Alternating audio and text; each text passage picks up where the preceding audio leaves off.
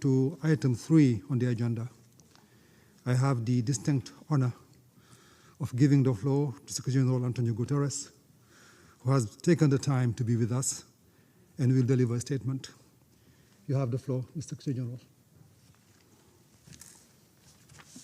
Excellencies, ladies and gentlemen, the situation in the occupied Palestinian territory, including East Jerusalem, continues to pose a significant challenge to international peace and security.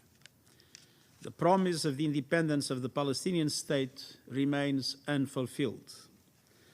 Political, economic, and security conditions across the occupied Palestinian territory are deteriorating as Palestinians experience high levels of dispossession, violence, and insecurity.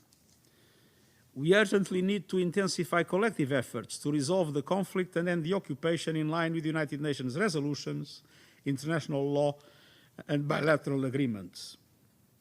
The goal remains 2 states, Israel and an independent, democratic, contiguous, viable, and sovereign Palestinian state, living side by side in peace within secure and recognized borders on the basis of the pre-1967 lines, with Jerusalem as the shared capital of both states. There is no plan B. Excellencies, I'm encouraged by recent engagement between senior Israeli and Palestinian officials. I urge both sides to expand this context to encompass underlying political issues. Piecemeal approaches to the question of Palestine will only ensure that the underlying issues perpetuating the conflict remain unaddressed. Unilateral steps and illegal actions that drive the conflict must cease. Incitement to violence will lead nowhere and must be also rejected by all.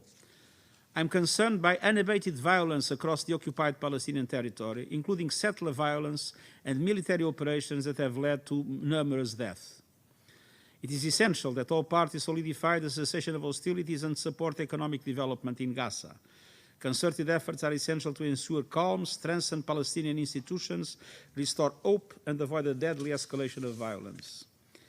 Illegal settlement of activity, demolitions and evictions also continue, including in East Jerusalem, undermining international humanitarian and human rights law and feeding hopelessness, animosity, and diminishing prospects for a negotiated solution. All settlement activity is illegal. It must stop.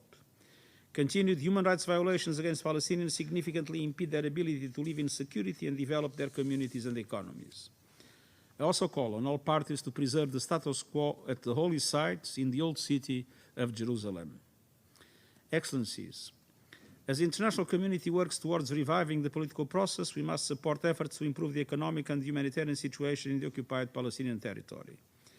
I am pleased by vital support for the UN humanitarian flash appeal, ongoing reconstruction efforts in Gaza, and critical COVID-19 response efforts by the UN system on the ground. I remain concerned about the dire fiscal situation facing the Palestinian Authority, which is undermining its institutional stability and ability to provide services to the people. At the same time, UNRWA's existential financial crisis is affecting the rights and well-being of Palestinian refugees across the region. I call on member states to increase their financial support to the Palestinian people and their contributions to UNRWA, a vital pillar of regional stability. Let me also note recent Israeli decisions to increase the movement of goods and people in and out of the Gaza Strip. While a welcome development, it is important to expand such steps and work towards the full lifting of debilitating closures in line with UN Security Council Resolution 1860. Excellencies, time is running short. We cannot lose sight of the long-sought goal of ending the occupation and realizing a 2-state solution.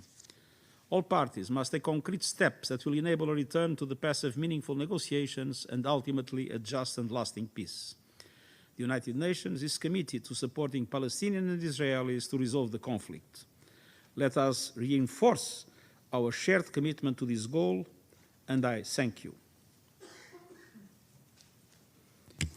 I thank the Secretary-General for his statement and the words of encouragement addressed to the committee.